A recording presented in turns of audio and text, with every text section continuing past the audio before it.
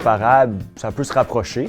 Ça ne sera jamais exactement pareil puisqu'on n'est pas en présence, on n'interagit pas directement avec l'élève. On passe à travers un médium, que ce soit en vidéoconférence, que ce soit par courriel ou par clavardage, mais on arrive à développer une relation à moyen terme avec un élève. À force de communiquer avec lui, on finit par les comprendre. Et si à l'intérieur du cours, il y a des interactions aussi entre les étudiants et avec l'enseignant, ça permet aussi d'avoir un bon contact avec les élèves. Il faut penser aussi que ce n'est pas juste des relations scolaires qu'il faut avoir avec nos élèves. Il faut ouvrir un peu parce qu'il fait le lien entre l'enseignant et l'élève. C'est aussi les choses qui sont hors contexte scolaire, ce qu'on voit dans une classe ordinaire, qu'il faut aussi essayer de recréer en milieu virtuel si on veut. J'ai aussi un cours que je donnais en présentiel que j'ai transformé en formation à distance. J'y ai pas mis vraiment plus d'heures que si j'étais dû pour le revoir. Donc, pourquoi ne pas le revoir dans une formule de formation à distance? C'est toujours beaucoup de temps à investir pour préparer un cours, mais pas nécessairement plus parce qu'on le donne en formation à distance. Souvent, les personnes qui vivent la formation à distance pour une première fois, ils se retrouvent dans une plateforme technologique et dans ce contexte-là, ne connaissent pas les autres apprenants. Il y a une petite gêne qui est là au départ.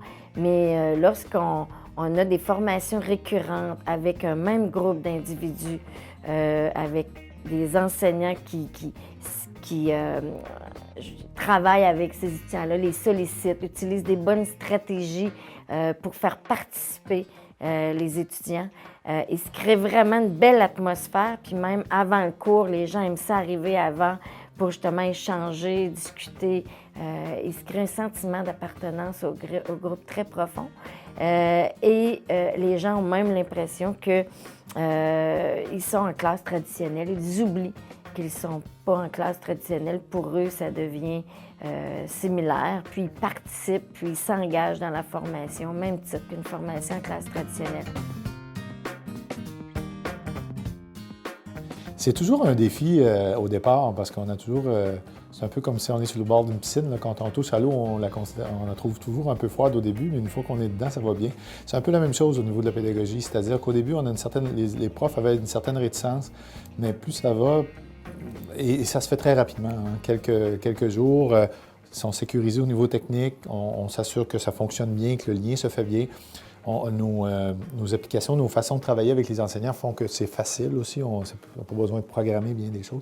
Fait qu'une fois que ça est fait, ça se passe très, très bien. Puis je vous dirais que plus que ça, moi, ce que j'ai vu, dans la plupart des cas, c'est des enseignants qui étaient au départ, qui avaient une certaine crainte, puis qui, après avoir expérimenté la formation à distance, plus, on pourrait dire qu'ils appréciaient cette nouvelle forme de formation-là. Plus que ça, ils la choisissaient de façon privilégiée par la suite.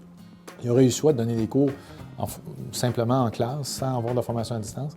Puis bien, finalement, oh non, j'ai vraiment aimé ça, je continue là-dedans. C'est que l'adhésion s'est faite, et là, à partir de là, mais ça ouvre tout une nouvelle, comment je dirais ça, un nouveau territoire là, au niveau du développement de la pédagogie. Puis les enseignants, bien, ils trouvent leur compte là-dedans parce qu'au niveau du développement professionnel, bien, ils sont valorisés par ça, cette espèce de qualité-là qu'ils développent au niveau pédagogique.